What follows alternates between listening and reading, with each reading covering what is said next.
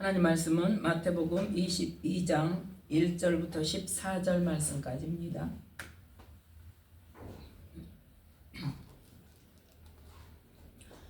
마태복음 22장 1절부터 14절 말씀까지 찾으셨으면 함께 합독합니다. 예수께서 다시 비유로 대답하여 가라사대 천국은 마치 자기 아들을 위하여 혼인잔치를 베푼 어떤 임금과 같으니 그 종들을 보내어 그 청한 사람들을 혼인잔치에 오라 하였더니 오기를 싫어하거늘 다시 다른 종들을 보내며 가로되 청한 사람들에게 이르기를 내가 오찬을 준비하되 나의 소와 살진 짐승을 잡고 모든 것을 갖추었으니 혼인잔치에 오소서 하라 하였더니 저희가 돌아보지도 않고 하나는 자기 밭으로 하나는 자기 상업자로 가고 그 남은 자들은 종들을 잡아 능욕하고 죽이니 임금이 노하여 군대를 보내어 그 살인한 자들을 진멸하고 그 동네를 불사르고 이에 종들에게 이르되 혼인 잔치는 준비되었으나 청한 사람들은 합당치 아니하니 사거리 길에 가서 사람을 만나는 대로 혼인 잔치에 청하여 오너라 한데 종들이 길에 나가 악한 자나 선한 자나 만나는 대로 모두 데려오니 혼인 자리에 손이 가득한지라 임금이 손을 보러 들어올세 거기서 예복을 입지 않은 한 사람을 보고 가로되 친구여 어찌하여 예복을 입지 않고 여기 들어왔느냐 하니 저가 유구무원이오늘 임금이 사관들에게 말하되 그 수족을 결박하여 바깥 어두움에 내어 던지라 거기서 슬피 울며 이를 갈미 있으리라 하니라. 청함을 받은 자는 많되 택함을 입은 자는 적으니라. 아멘. 말씀에 은혜가 있으시길 바랍니다. 오늘 말씀은 마태복음 22장의 말씀으로 함께 은혜 나누기를 원하는데 가장 중점적인 이 말씀이 1절부터 14절 말씀까지의 혼인잔치의 비유를 들어서 택함을 받은 자가 누구인가? 택함을 받은 자라는 말씀의 제목으로 함께 은혜를 나누기를 원합니다. 이 혼인잔치의 비유를 보면 자, 천국 잔치를 한다고 그랬죠? 천국은 마치 2절 함께 읽습니다. 천국은 마치 자기 아들을 위하여 혼인잔치를 베푼 어떤 임금과 같으니. 아멘. 천국은 이런 자의 것이다 그거예요. 천국은 이런 자가 갈 수 있다. 어떤 임금이 자기 아들을 위해서 혼인잔치를 베푸는데 우리 아들이 결혼할 때 당신들은 내가 오라고 하는 날 혼인잔치 하는 날 오세요 하고 정해놨다는 사람이에요. 그래서 이 첫 번째 청함을 받은 사람은 어떤 사람들이다? 이스라엘 백성들이죠. 이스라엘 백성들, 유대인들. 이스라엘 백성들을 하나님께서 아브라함 때부터 불러서 그의 후손으로 말미암아 이스라엘 백성들을 하나님께서 자기 백성으로 삼으시고 자기 백성을 삼으시고 뭘 예비하셨어요? 하나님 나라를 예비하셨죠. 그런데 그 예비하신 하나님 나라로 인도하기 위해서 누가 오셨어요? 예수 그리스도께서 오셨어요.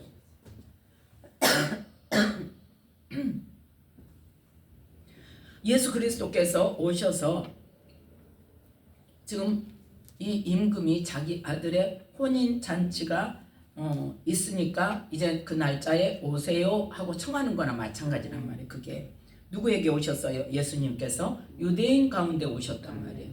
유대인 가운데 자기 백성들 가운데 예수님께서 오셔서 예수님으로 말미암아 예수님을 믿는 자에게 뭘 허락하시려고? 하나님 나라를 허락하시려고. 그래서 오라고 했더니 그 날짜에 오라고 하니까 어떻게 했더라?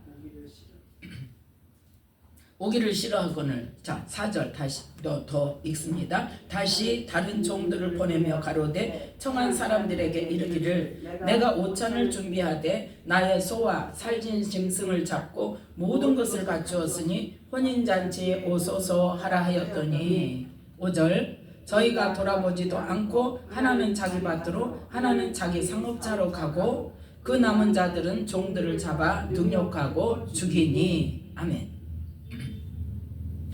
실제로 누구를? 예수님을 죽이죠. 또 청하는 사람들, 선지자들을 어떻게 했어요? 다 죽였어요. 지금 비슷한 비유잖아요. 그 전장의 21장 33절부터 46절까지의 어떤 비유와 비슷해요? 소작이, 포도원 소작인의 비유와 비슷하단 말이에요. 그래서 구약 시대에 예수님이 오시기 전에 예수님이 오실 것에 대한 선지자들의 말, 그 말을 듣고 어떻게 하더라? 이스라엘 백성들이 선지자들을 죽이더라. 하나는 잡고, 하나는 심히 때리고, 하나는 죽이고, 하나는 돌로 치고, 그렇게 해서 핍박을 했다는 말씀을 또 다시 반복해서 혼인잔치의 비유 가운데도 그렇게 말씀을 하십니다. 그래서 그 선지자들을 죽이더니 그 다음에는 어때요? 그래서 누구까지 죽였어요? 예수님까지 이제 죽이게 되죠. 그래서 예수님까지 죽이니까 그 결과가, 그 사람들의 결과는 뭐다? 7절 함께 읽습니다. 임금이 노하여 군대를 보내어 그 살인한 자들을 진멸하고 그 동네를 불사르고. 아멘. 그래서 그 일이 실제로 이루어졌어요? 안 이루어졌어요?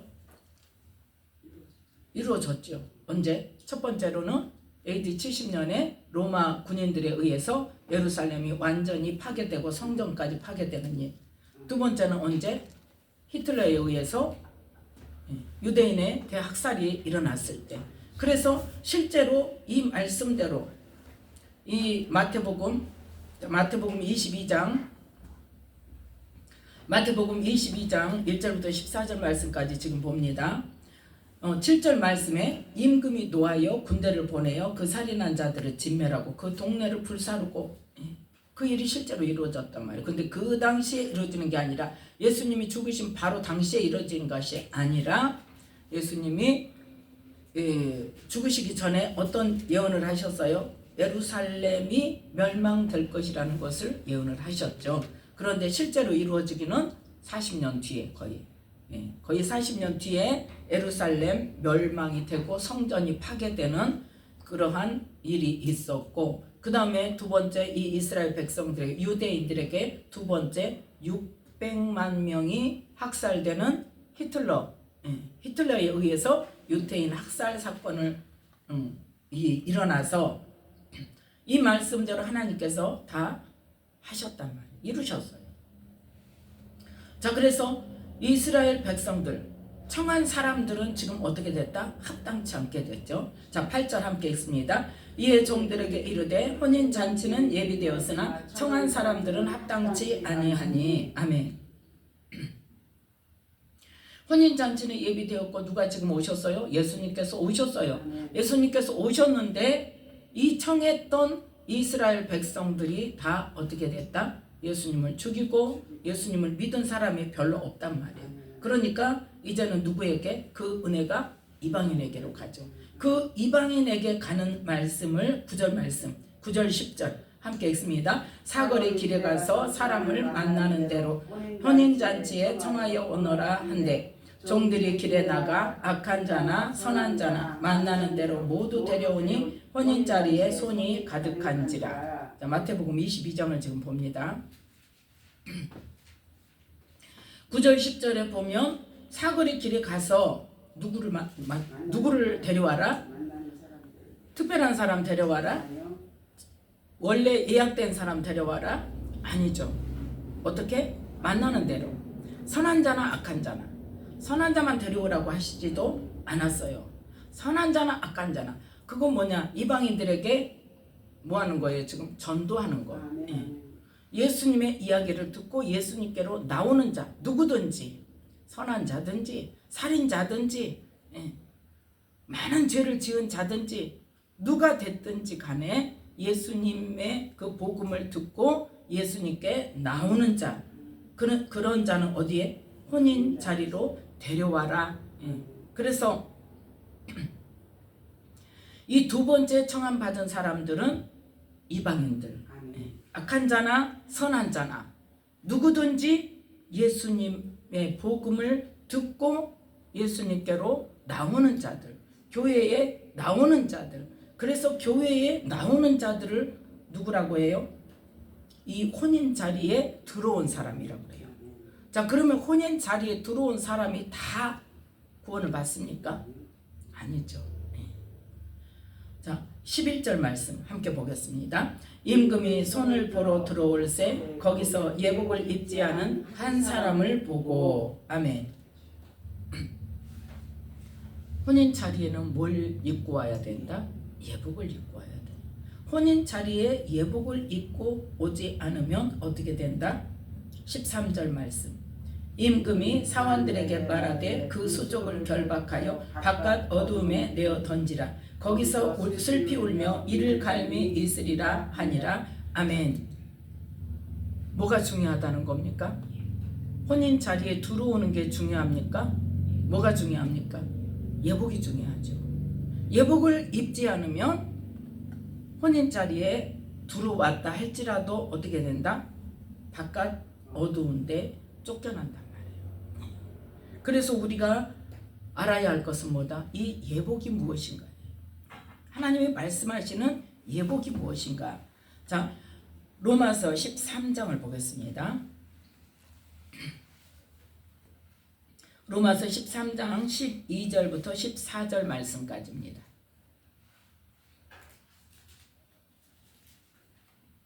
로마서 13장 12절부터 14절 말씀까지 함께 읽습니다. 밤이 깊고 낮이 가까웠으니 그러므로 우리가 어두움의 일을 벗고 빛의 갑옷을 입자. 낮에와 같이 단정히 행하고 방탕과 술 취하지 말며 음란과 호색하지 말며 쟁투와 시기하지 말고 오직 주 예수 그리스도로 옷 입고 정욕을 위하여 육신의 일을 도모하지 말라. 아멘. 뭘 입고? 예수 그리스도로 옷 입고 또 무엇을 입고? 빛의 갑옷을 입고. 예. 빛의 갑옷을 입는데 뭘 벗어야 된다? 어둠의 일을 벗어야 된다.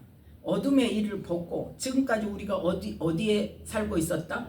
어두운 가운데 흑암의 권세 아래 살고 있었단 말이에요. 우리가. 그런데 흑암의 권세 아래 살아서 어둠의 옷을 입고 살았던 우리를 예수님께서 뭐라고 하신다? 이 어둠의 일을 벗고 빛의 갑옷을 입으라고 하신다. 자, 그래서 요한복음 12장에 요한복음 12장 46절 말씀입니다. 저는 성경을 많이 찾아요. 요한복음 12장 46절 말씀. 예수님이 오신 목적이에요.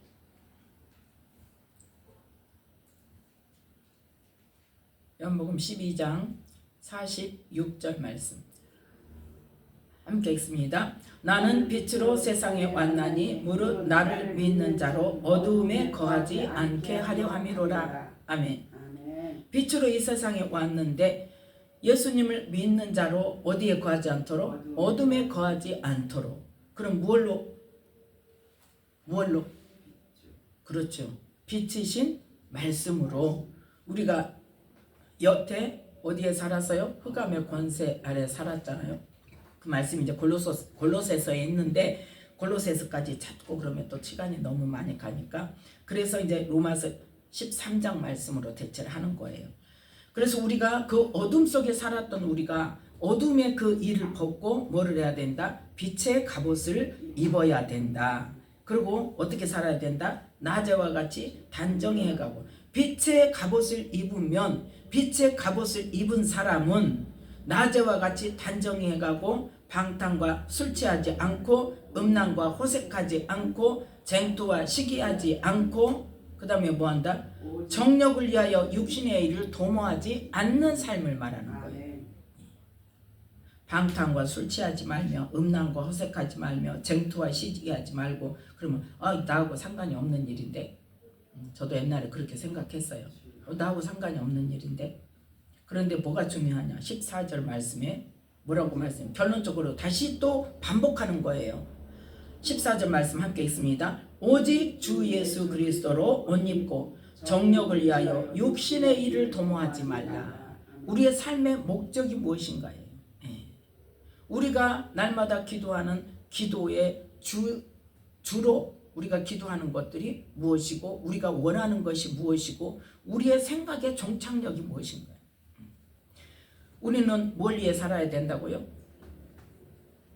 영원히 구원받기 위해서 우리의 영혼이 어디에? 하나님 나라에 들어갈 수 있는 삶을 살기 위해서 우리의 삶을 살아야 되는데 그거는 오직 뭐한다? 말씀으로 나를 뭐한다? 쳐서 복종시켜 말씀이. 그것이 바로 예수 그리스도로 옷 입는다는. 예수라는 말이 제사함의 뜻을 가졌죠. 그러면 그리스도는 무슨 뜻을 가졌어요? 기름 부음의 뜻을 가졌어요. 그러니까 말씀과 기도로 성령으로 옷을 입어야 된다는 거예요.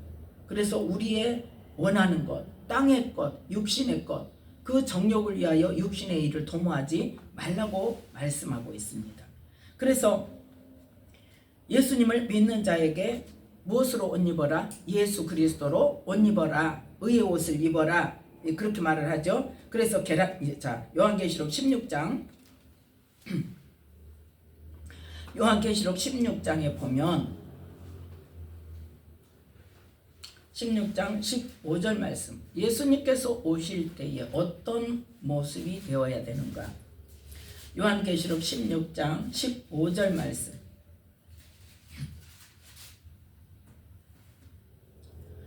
함께 읽겠습니다. 보라, 내가 도적같이 오리니 누구든지 깨어 자기 옷을 지켜 벌거벗고 다니지 아니하며 자기의 부끄러움을 보이지 아니하는 자가 복이 있도다. 아멘.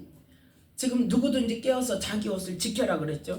내가 예수 그리스도로 옷 입었다고 생각을 하는데 뺏긴 자도 있다는 거예요. 지켜라는 것은 뭐예요? 지키지 못하는 자가 있다는 거예요.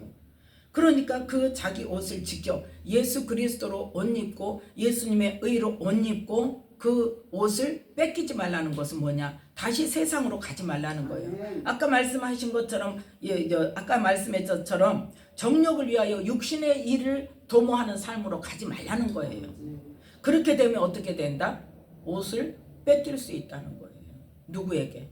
누구에게 뺏겨? 사단에게 뺏기죠. 왜? 내가 내 의지로 하나님께서 우리에게 이제는 빛의 갑옷을 입고 어둠의 이비를 벗으라고 했는데 빛의 갑옷은 입었는데 다시 어둠의 일을 내가 청해서 다시 육신을 위하여 정욕을 위하여 육신의 일을 도모하는 삶을 살면 누가 또 주인이 되는 거예요? 누가 왕노릇하는 거예요? 사단이 다시 또 왕노릇하는 거예요. 그걸 누가 했어요? 내가 내 의지로 내어주는 꼴이 된단 말이에요. 그래서 지키지 못해서 어떤 사람이 된다? 벌거벗고 다니는 사람이 될 수밖에 없다는 거예요. 그래서 이 벌거벗고 다니면 벌써 이제 뭘 당해요? 부끄러움을 당해요. 수치를 당해요. 그러게 돼 있어요. 하나님의 사람이 하나님의 말씀대로 살지 않고 세상 사람과 똑같이 하나도 변함없이 예전에 옛사람의 일을 똑같이 행하면서 살아간다면 수치를 당할 수밖에 없어요. 그게 영의 원리예요. 어제도 포도나무 비유를 통해서 뭘 말씀하셨어요? 열매 맺지 않는 가지는 잘라버린다 그랬잖아요. 그러면 어때요? 또 내가 열심히 붙어서 열매 맺으려고 힘쓰고 애쓰고 하지 않으면 어떻게 한다? 붙어있지 않으면 떨어질 수밖에 없죠. 공급을 못 받죠. 그러면 어떤다? 떨어져서 가지가 말라버려. 그러면 누가 주워다가? 사람들이 주워다가 불에 던져서 사른단 말이에요. 불쏘시개 한단 말이에요. 근데 동일한 영적인 원리예요. 그래서 우리는 뭐를? 예수 그리스도의 옷, 빛의 갑옷, 예수님의 말씀으로 나의 의의 옷으로 나는 입고 그것을 지켜야 된다는 거예요. 그래서 뺏기지 않고 누구에게? 사단에게. 사단이 나를 건드리고 그 옷을 뺏어가려고 건드리고 다시 어둠의 일로 어둠의 세상으로 나를 갈 수 있도록 육신의 일로 나를 건드릴 때 뭐하지 않아야 된다? 그 옷을 뺏기지 않고 나를 정신을 차려서 그래서 뭐해라? 깨어서 자기 옷을 지켜라. 깨어서 자기 옷을 지켜라. 그래서 벌거벗고 다니지 아니하고 자기의 부끄러움을 보이지 않는 자가 복이 있도다. 그 사람이 바로 뭐 한다는 거예요? 하나님 나라에 들어갈 수 있다는 것입니다. 자, 그러면 하나님 나라에 누가 들어간다고 했어요? 어떤 사람이? 자, 14만 4천 명이 들어간다는 거 다 알고 있죠? 자, 요한계시록 7장을 보겠습니다. 그 14만 4천 명이 어떤 사람인지 요한계시록 7장은 1절부터 8절 말씀까지 이 14만 4천 명에 대해서 지파별로 12,000명씩 그렇게 말씀하고 있습니다. 그래서 9절에 보니까 요한계시록 8장 9절에 자, 함께 읽습니다. 이 일 후에 내가 보니 각 나라와 족속과 백성과 방언에서 아무라도 능히 셀 수 없는 큰 무리가 흰 옷을 입고 손에 종려 가지를 들고 보좌 앞과 어린 양 앞에 서서 큰 소리로 외쳐 가로되 아멘. 지금 이 사람이 바로 뭐한 거예요? 이 큰 무리가 흰옷을 입은 자들이 바로 14만 4천 명이란 말이에요. 그래서 13절에 보니까 장로 중에 한 사람이 말을 합니다. 이 흰옷 입은 자들이 누구며 어디서 왔냐? 이 흰옷 입은 사람이 누구냐? 그랬더니 자 14절 함께 읽습니다. 내가 가로되 내 주여 당신이 알리이다 하니 그가 나더러 이르되 이는 큰 환난에서 나오는 자들인데 어린 양의 피에 그 옷을 씻어 희게 하였느니라. 아멘. 장로가 지금 몰라서 물어봐요. 이 흰옷 입은 자들이 누군지 아냐? 그 말이에요. 어디서 왔는지 아냐? 그 말이에요. 누구에게 물어봐요? 이 계시록을 누가 적었어요? 요한이 적었어요. 사도 요한이. 그 사도 요한에게 장로가 지금 천국의 장로가 물어보는 거예요. 너 흰옷 입은 자들이 누군 줄 아냐? 어디서 온 줄 아냐? 그러니까 당신이 알죠. 당신이 알죠. 그러니까 대답을 하는 거예요. 이는 누구다? 큰 환난이라는 것은 뭐냐? 이 땅에서 마귀의 종으로 살다가 하나님의 자녀로 하늘에 속한 삶을 살려고 하면은 환난과 핍박이 있어요, 없어요? 있어요. 왜요? 세상 사람들이 세상의 눈으로, 세상의 잣대로, 이 육신의 잣대로 보면은 정신이 있는 사람이 없는 사람이야. 정신이 없는 사람이지. 너 어떻게 하려고 그렇게 사냐? 너는 예수 믿는다고 왜 그렇게 유별나냐? 그렇게 믿으면 교회 가면 한마디로 말해서 세상 사람들이 뭐라고 말해? 교회 가면 떡을 주냐, 밥을 주냐, 돈을 주냐? 그러죠? 그런데 그럼에도 불구하고 세상 사람들이 예수 믿는 사람들이 자기들하고 똑같이 살면 어떻게 한다? 손가락질 한다니까요. 손가락질해요. 욕해요. 비난해요. 그래서 그러한 큰 환난 속에 내가 정말 믿음을 지키고 영혼의 때를 위해서 내 영혼이 구원받기 위해서 하나님의 말씀대로 살고자 하면 생각을 해봐요. 마태복음에 예수님이 뭐라고 말씀하셨어요? 마태복음 5장에 보면 왼쪽 뺨을 때리는 자에게 오른 뺨도 내주고 오리를 가자는 사람에게 심리를 가주고 겉옷을 달라는 사람에게 속옷도 내주고 정말 하나님께서 원하시는 삶을 살면 그렇게 살아야 된단 말이에요. 하루에 70번씩 7번을 죄를 짓고 나한테 잘못했다 그러면 용서해 줘야 되고 그럼 세상 사람들은 다 뭐라고 말해? 너 미쳤냐? 그러지. 왜 그러고 사냐? 그러니까 하나님 말씀대로 그건 이제 극단적인 것이고 하나님 말씀대로 살려면 뭐가 있다? 환난이 있어요. 그 환난 중에서도 뭐한 사람들? 믿음을 지키고 말씀대로 살려고 노력하는 사람들. 그 사람들이 큰 환난에서 나올 뿐만 아니라 또 뭐 했다? 어린 양의 피에 그 옷을 씻어서 희게 하였다. 어린 양의 피에 옷을 씻는다는 것은 뭐예요? 내 죄를 회개하고 예수님의 보혈의 능력을 힘입어서 그 죄를 씻고 그렇게 해서 그 죄가 예수님의 보혈로 없어지려면 우리는 뭐 해야 돼? 회개해야 돼. 그러려면 뭐 해야 돼? 내 죄를 깨달아야 돼. 그런데 옛사람 그대로 살면서 죄는 하나도 내가 생각하는 죄, 세상 법에서 죄라고 하는 죄 그것만 생각하고 나는 죄 없다 하고 옛사람 그대로 살면서 구원 아니란 말이에요.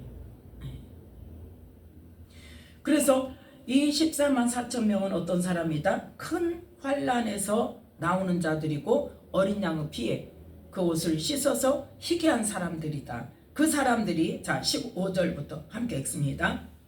그러므로 그들이 하나님의 보좌 앞에 있고 또 그의 성전에서 밤낮 하나님을 섬김에 보좌에 앉으시니가 그들 위에 장막을 치시리니 저희가 다시 줄이지도 아니하며 목마르지도 아니하고 해나 아무 뜨거운 기운에 상하지 아니할지니 이는 보좌 가운데 계신 어린 양이 저희의 목자가 되사 생명수 샘으로 인도하시고 하나님께서 저희 눈에서 모든 눈물을 씻어주실 것이미러라. 아멘. 그들이 하나님의 보좌 앞에 있다는 것은 뭐예요?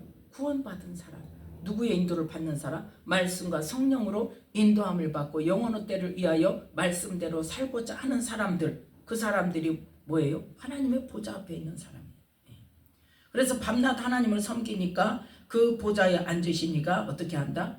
그들 위에 장막을 치신다는 게 뭐냐? 보호해 주신다는 거예요. 영적으로 주님과의 성령님과의 교통함을 통해서 세상 사람들이 뭐라고 할지라도 내가 믿음을 지킬 수 있도록 장막을 쳐주신다는 거예요. 그러면 핍박이 없는 게 아니라 그 가운데서 믿음을 지킬 수 있도록 내 마음을 붙들어 주시는 거예요. 예. 또 어떤 일을 해요? 천군 천사를 보내셔서 나를 보호해 주시는 거예요. 그것도 하세요. 예.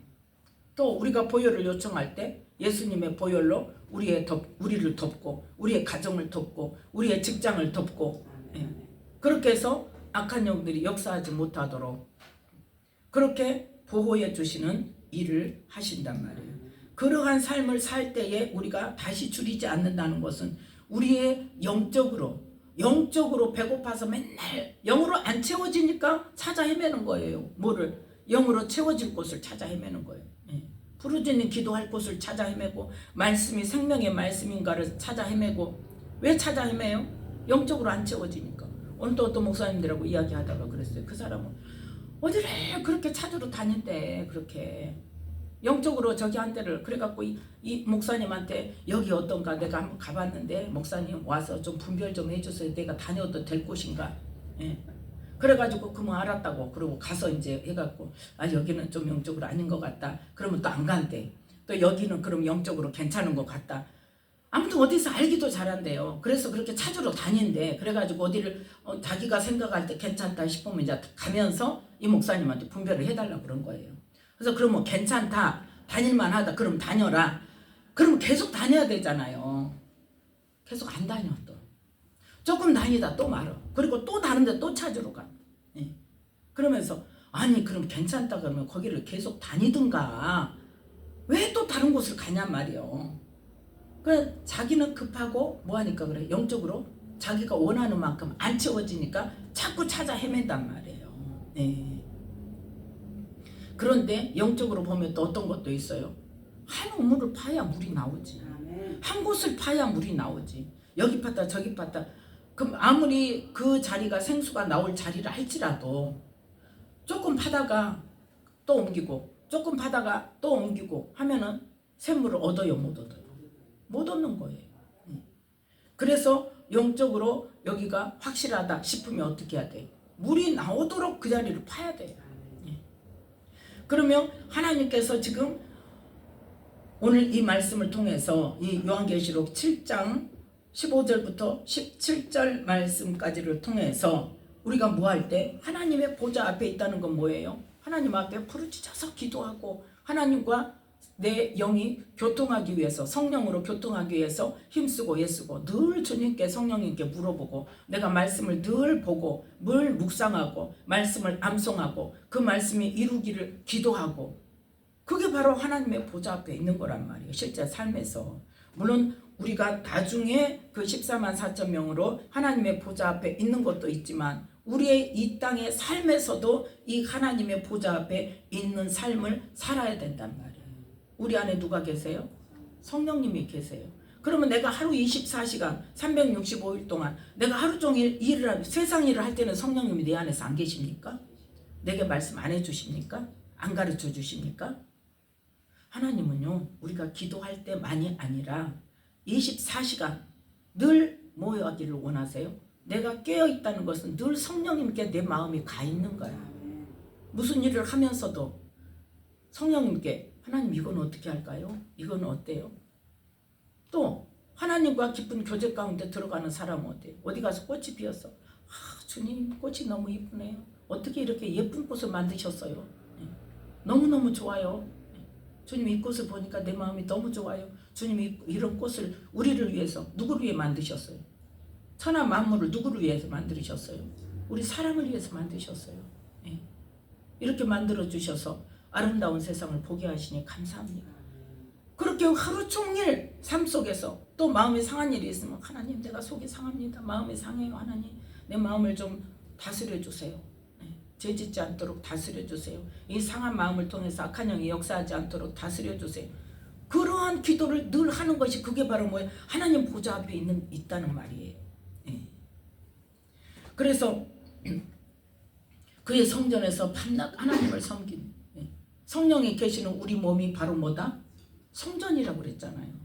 그러니까 그의 성전에서 성령이 계시는 내 몸, 내 생각 속에서 밤낮 하나님을 섬길 때에 우리의 영이 줄이지 않고 목마르지 않는단 말이에요. 그래서 해나 아무 뜨거운 기운에도 상하지 않는다는 거예요. 왜 상하지 않도록 하나님께서 보호해 주실 수 있는 거예요. 그럴 때 그러면 우리끼리 하도록 놔두십니까? 아니란 말이에요. 17절에 보면 보좌 가운데 계신 어린 양이 우리의 목자가 되사 어디로 인도하신다? 생명수 샘으로 인도하시고 그 생명수 샘이 바로 뭐예요? 말씀을 말하는 거예요. 말씀을 깨닫게 하시고 말씀을 내게서 생각나게 하시고 그 말씀이 이루어지도록 하나님께서 일해 주시고 그 생명수 샘으로 인도하셔서 우리에게 그러면 슬픔이 있어요? 아쉬움이 있어요? 뭐 하면 돼요? 하나님의 보좌 앞에서 그의 성전 내 몸 가운데서 내 생각 가운데서 내 영 가운데서 늘 주님께 이야기하면서 요청하면서 또 주님께 사랑을 고백하면서 주님과 늘 교제하는 그러한 삶을 살 때에 뭐가 부족하겠습니까? 육신에 부족한 거요? 아무것도 아니에요. 저도 이렇게 했지만 물질 없어요. 물질 없어. 내 통장에 1,000만 원도 없어요. 집도 없어요. 전셋집도 없어. 한마디로 말해서 월세집도 없어. 그래서 나는 하나님 덕에 사는 거예요. 하나님 집에서 하나님 덕에 사는 거예요. 그렇지만 내 마음속에는 부족함이 없어요. 왜 그래요? 주님으로 충분하니까. 물론 내가 연약할 때 있어요. 그럼에도 불구하고 주님은 나를 사랑하시고 주님은 나와 함께 하시고 내게 필요한 것 우리가 구할 때 하나님이 필요한 것 정말 필요한 것 주세요. 기도하면. 그런데 뭐가 없으니까 이 하나님의 보좌 앞에서 밤낮 하나님을 섬기는 늘 주님과 교통하는 그러한 삶이 되지 않기 때문에 늘 내 영혼이 목마르고 줄이고 배가 고픈 거예요. 쉽게 말해서 안 채워져. 늘 뭐예요? 허전해. 채워지지 않아서. 그건 뭐예요? 내가 하지 않는 거예요. 물론 지금 요즘에는 옛날하고 또 달라가지고 막 부르짖는 기도를 할 수 있는 데가 없어요. 솔직히. 저도 처음에 개척할 때 내가 목회를 해야지 하고 개척한 게 아니고 부르짖는 기도를 하려고 다 찾아봐도 내가 마음껏 부르짖는 기도를 할 수 있는 데가 없더라고요. 교회들이. 기도원을 가도 내가 마음껏 기도할 수 있는 분위기가 아니에요. 집회하면 어떻게 해요? 설교 끝나고 나면 부르짖는 기도 한 10분 하고 나면 반죽이 딱 꺼버리고 어때요? 다 기도 안 해요. 그럼 혼자 할 수 있어요? 못해요. 그래서 하나님 나 부르짖는 기도 내가 하고 싶을 때 마음껏 할 수 있으려면 어떻게 해야 돼? 성전을 세우는 수밖에 없어요. 그래서 그 목적으로 시작했어요. 교회 개척을 했어요. 나 기도하려고. 마음껏 부르짖어서 기도하려고. 그래서 힘드는데 이렇게 마음껏 부르짖어서 기도할 수 있는 장소가 정해지면 어떻게 해야 돼요? 이 물 나올 때까지 봐야 돼요. 계속 부르짖는 기도로 성령님과 나와 내가 24시간 교통할 수 있는 상태에 들어갈 때까지 예, 계속 부르짖는 기도로 하나님 앞에 통로를 열어야 돼요. 그렇게 하면, 그렇게 할 때에 하나님께서는 뭐한다? 27절 말씀처럼 예수님께서 우리의 목자가 되사 생명수 샘으로 인도하시고 우리 눈에서 모든 눈물을 씻어주신단 말이에요. 예. 자, 그래서 그 생명수 샘물로 인도하는 자, 인도함을 받는 자, 자, 요한계시록 21장입니다. 요한계시록 21장 3절부터 8절 말씀까지.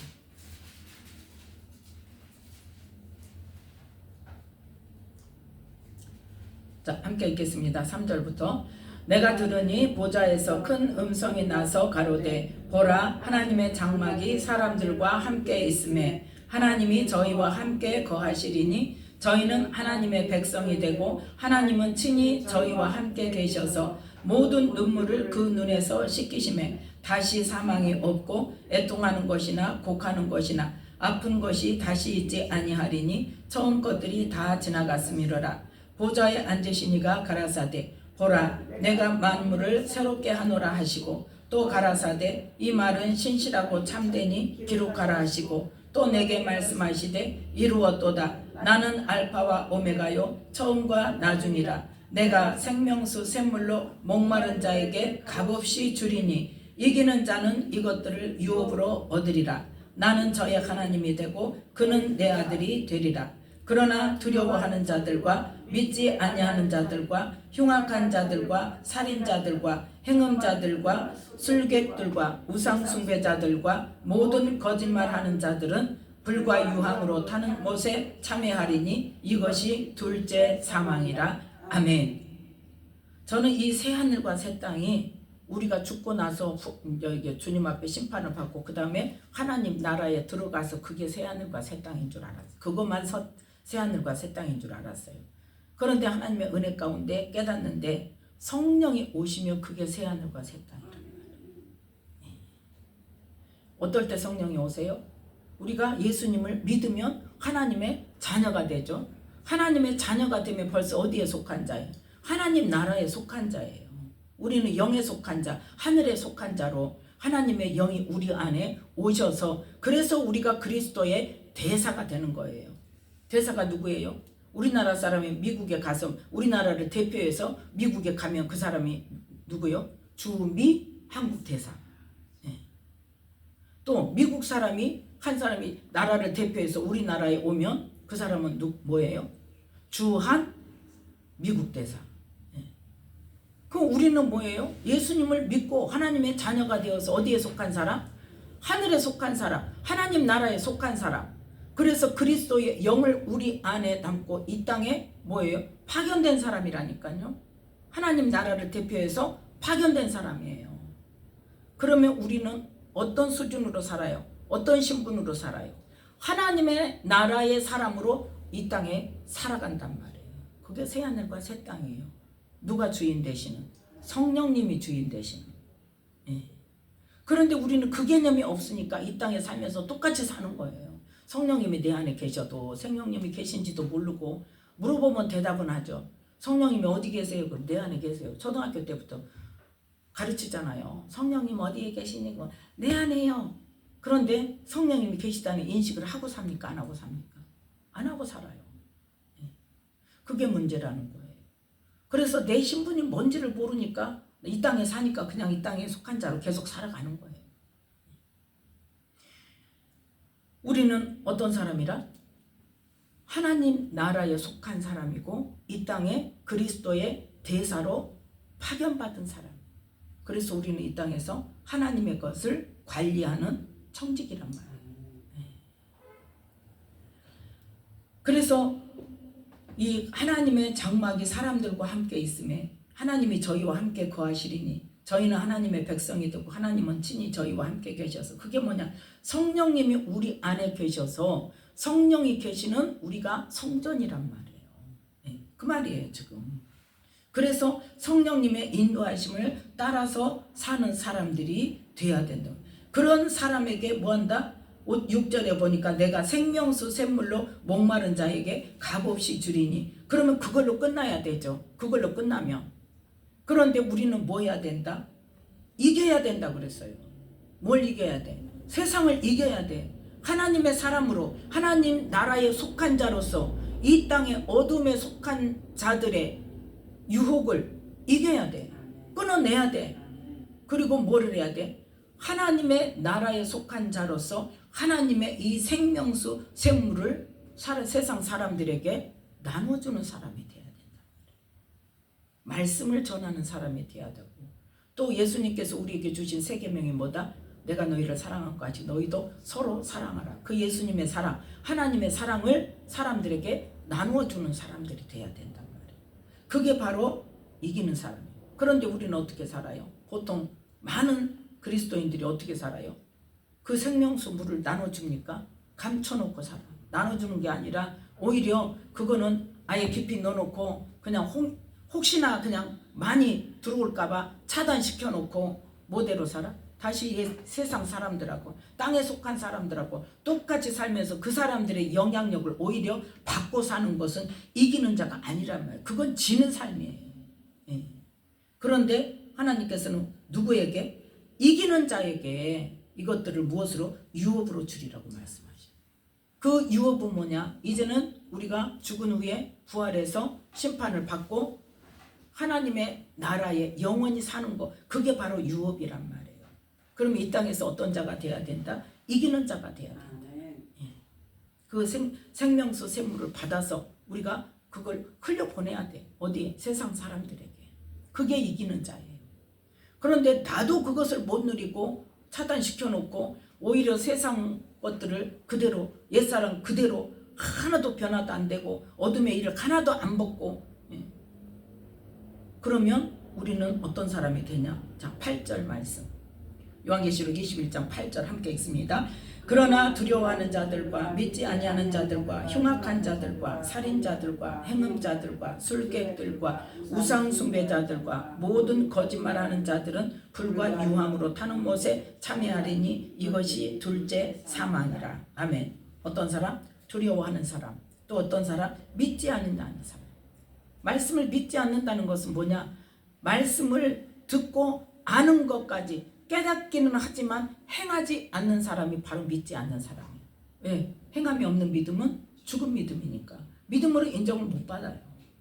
그래서 우리는 흉악자 아니니까, 살인자 아니니까, 나는 예수님 믿으니까 나는 여기에 해당되지 않는다. 아니에요. 그러면 믿음으로 하나님께 인정받아야 돼. 믿음을 하나님께 인정받지 못하는 사람은 믿지 아니하는 자들이란 말이에요. 또 뭐한다? 모든 거짓말하는 자는 이것은 뭐 하얀 것을 뽑는 것이라고 해서 거짓말하는 게 아니고 비진리를 말하는 거 말하는 거예요. 성경 하나님의 말씀이 아닌 것을 말하는, 진리인 것처럼 말하는 거. 그게 거짓말하는 자예요. 비진리를 말하는 거. 그러한 사람들은 어쩐다? 불과 유황으로 타는 못에 참여한다. 그것이 둘째 사망이다. 그것이 바로 뭐냐? 지옥이라는 거죠. 그래서 우리는 이 예복을 입는 것이 중요하다, 안 중요하다? 중요하다는 거예요. 예복을 입어야 되고 그 예복은 뭐다? 예수 그리스도로 옷 입는 거다. 빛의 갑옷을 입는 거다. 그래서 우리는 예수님을 믿으면 구원받는다. 다 구원받는다. 교회 다니면 다 구원받는다. 예수님은 뭐라고 말씀하셨는가 봅시다. 마태복음 7장 마태복음 7장 13절로 14절 말씀.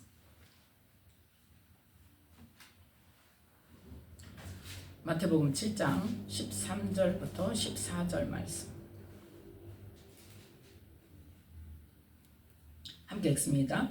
좁은 문으로 들어가라. 멸망으로 인도하는 문은 크고 그 길이 넓어 그리로 들어가는 자가 많고 생명으로 인도하는 문은 좁고 길이 협착하여 찾는 이가 적음이니라. 아멘. 어디로 들어가라? 좁은 문으로 들어가라. 생명의 길은 어쩐다? 문이 좁다. 생명의 문은 좁다. 멸망으로 가는 길은 문이 크고 그 길이 넓어 가는 자가 많아. 세상 사람 이야기하는 게 아닙니다. 예수 믿는다고 하는 사람들에게 주시는 말씀이에요. 멸망으로 인도하는 문은 없다니까요. 많은 사람이 그 길로 가요. 예수 믿는데 뭐 그렇게 힘들게 맨날 가서 소리 빽빽 지르고 소리 안 질러도 돼. 하나님 다 들으셔. 예. 그리고 구하는 게 다 뭐요? 자기 필요한 것, 땅의 것. 예. 땅에서 잘 되는 것으로 하나님의 영광을 나타낸다 그러고, 예. 그것이 복받은 일이라 그러고, 그리고 어때요? 교회 가고 싶은 날은 가고, 놀러 가고 싶으면 놀러 가고, 예. 그냥 쉽게 아이고 신앙생활 좀 쉽게. 우리 하나님은 사랑의 하나님이야. 그렇게 힘들게 안 해도 돼. 물론 막 고통을 일부러 주라는 건 아닙니다. 그러나 뭐가 필요해요? 구별된 삶이 필요해요. 네. 말씀대로 살아야 되는 것을 말하는 거예요. 교회에 와서 막 24시간 살아라는 게 아니에요. 하나님의 일이라는 것도 뭐 꼭 목회자만 하나님의 일을 하는 거 아니에요. 세상 사람들, 세상에서 일하면서도 어때요? 직장에서, 자기 직장에서 뭐를 나타내면 되는 거예요? 하나님의 사랑을 나타내고, 하나님께서 우리에게 말씀하신 헌신하고 희생하고 도와주고 사랑해주고 예수님의 사랑을 나타내는 거예요. 그게 하나님의 일이에요. 내가 직장에 다닌다고 그건 하나님 아니고, 아니요, 그것도 하나님의 일이에요.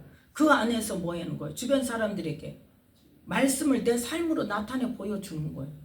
예수님은 나에게 이렇게 살으라고 했다. 하나님께서는 우리 믿는 사람들에게 이렇게 살아라고 했다는 것을 내가 삶으로, 행동으로 보여주는 거예요. 말로 보여주는 거예요. 다른 사람 험담한다고 같이 앉아갖고 찢고 꺾고 같이 험담하고, 누구 한 사람 비난한다고, 물론 그 사람이 잘못했다 할지라도 그 사람 비난한다고 같이 앉아가지고 막 비난하고 판단하고 정죄하고, 이거는 하나님의 사람으로서 합당한 삶이 아니란 말이에요. 우리는 그 속에서 다른 사람은 비난한다 할지라도 그 사람은 그렇게밖에 할 수 없는 이유가 있었을 거야 하고 마음으로 계속 뭐 하는 거예요? 그 사람을 위해서 하나님 불쌍히 여겨주시고, 그 사람을 그 죄에서 건져주시고 깨닫게 해주시고 돌이키게 해주시고, 예.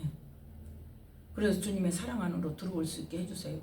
주님의 사랑 안으로 그 사람이, 죄 짓는 사람이 들어오게 하려면 누가 해야 돼? 내가 그 사람에게 주님의 사랑이 어떤 사랑이라는 걸 알게 해줘야죠.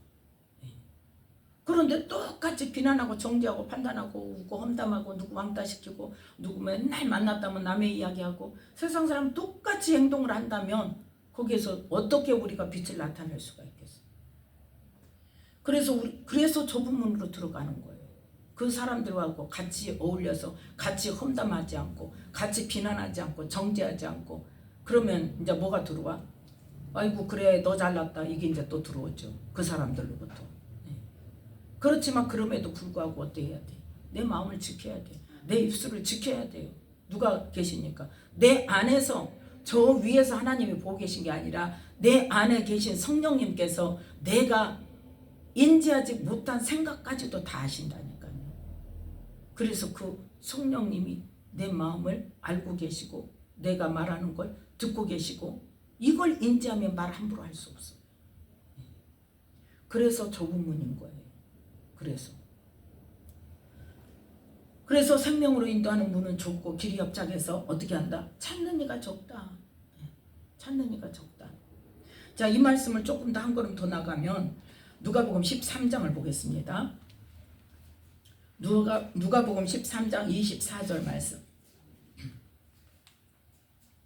누가복음 13장 24절 말씀.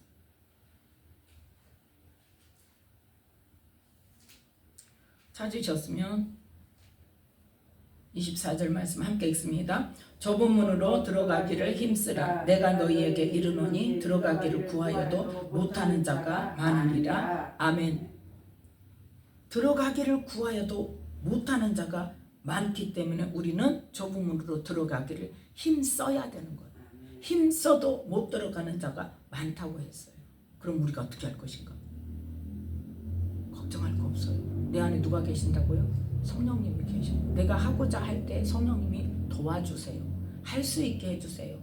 더 큰 은혜를 주세요. 세상의 핍박으로부터 우리를 지킬 수 있는 힘을 주세요. 하나님의 은혜를 주시는 거예요. 더 큰 은혜를, 세상을 능히 이기고도 남을, 그 핍박을 이기고도 남을 은혜를 하나님께서 주세요. 그 상황을 아시기 때문에. 내가 뭐 할 때? 내가 그걸 지키고자 할 때.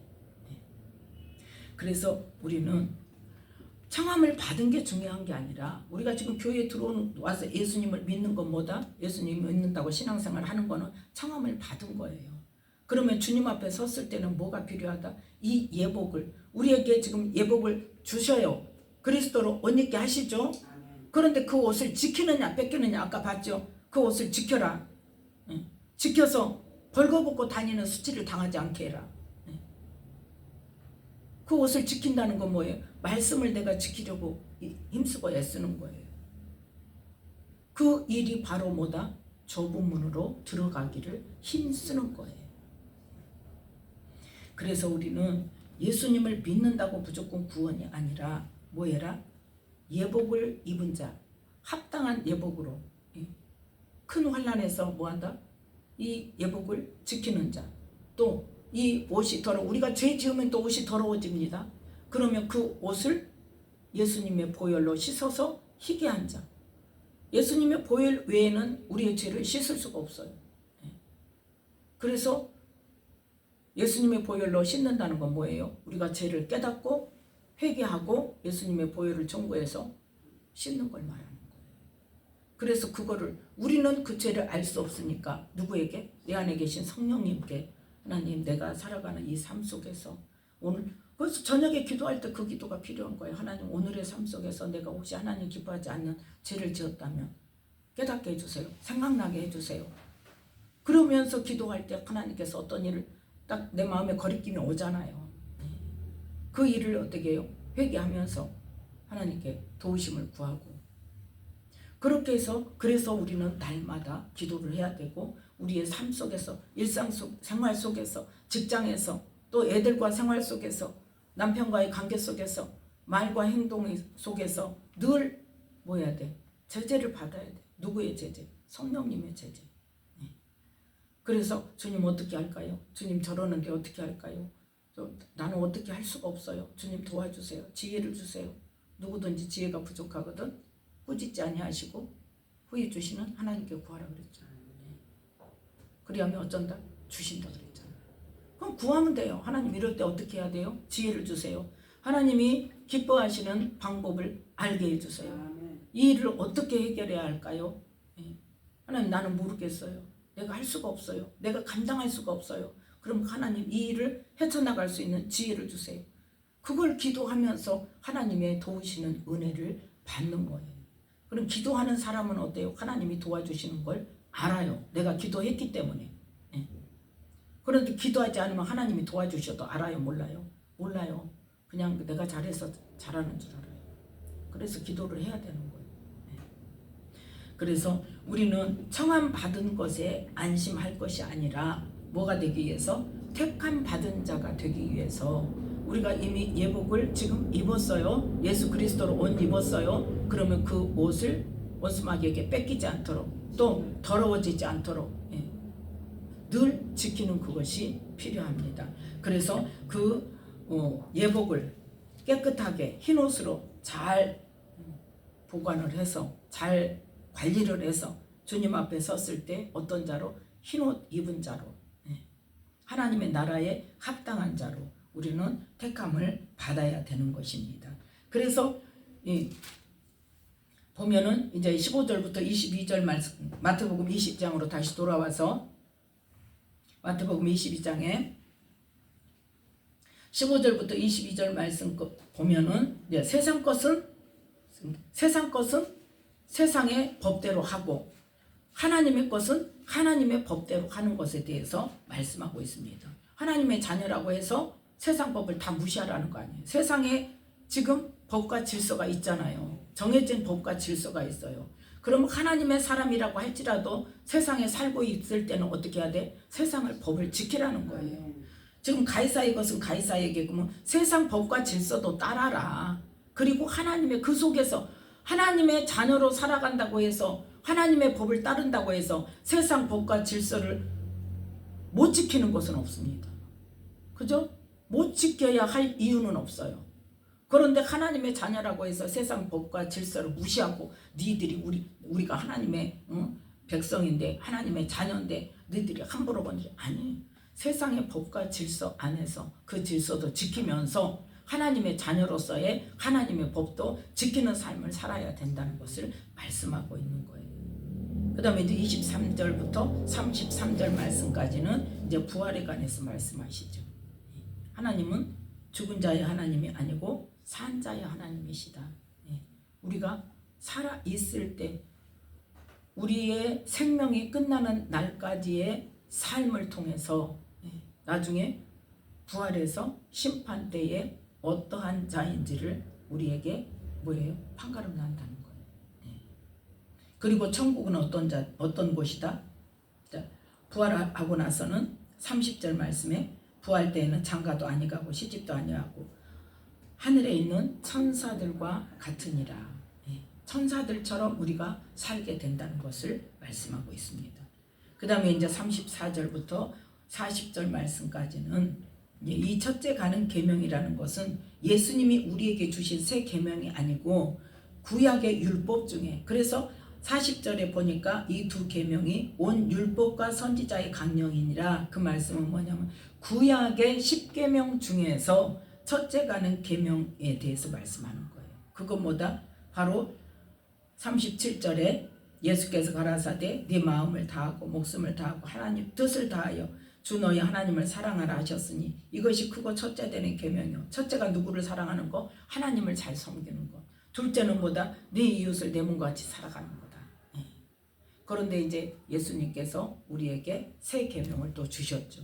그거는 뭐에 관한 거? 이 네 이웃을 사랑하는 것에 관한 건데, 이 구약에서는 네 이웃을 네 몸같이 사랑하라고 하셨는데, 신약에서는 예수님께서 내가 너희를 사랑해서 내 목숨을 주는 것처럼 너희도 그 내 사랑으로 서로 사랑해라, 그렇게 말씀하신 거예요.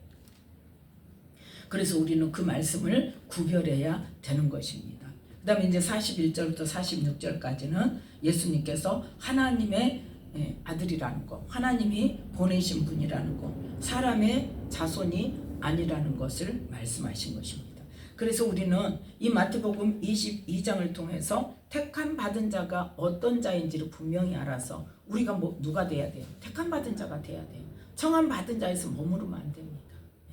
그래서 택함을 받은 자가 되기 위해서 우리 안에 계시는 성령님께 날마다 기도하면서 성령님과 나의 관계가 확실하게 열어지도록 그 기도를 하시고, 또 늘 성령님과 교통하며 성령님께 묻고 도와달라고 요청하고, 그러한 관계 속에서 하나님과의 친밀한 관계에 들어감으로 내가 나중에 예수님이 우리에게 내가 너를 안다 하실 수 있도록 성령님의 인도하심을 잘 따르는 사람이 되시기를 바랍니다. 이 고난주간 동안에 마태복음 21장부터 25장까지를 매일 묵상했으면 좋겠어요. 이제 시간 관계로 다 할 수 없으니까 우리가 날마다 마태복음 21장부터 25장까지 날마다 읽으면서 묵상하면서 하나님이 우리에게 요구하시는 것이 무엇인지, 우리가 하나님 나라에 합당한 자가 되려면 어떻게 살아야 되는 건지, 그것을 말씀을 통해서 깊이 깨닫는 한 주간이 되시기를 예수님 축복합니다. 기도하겠습니다. 하나님 감사합니다. 오늘도 귀한 말씀 주셔서 우리가 청함 받은 자에 머물지 아니하고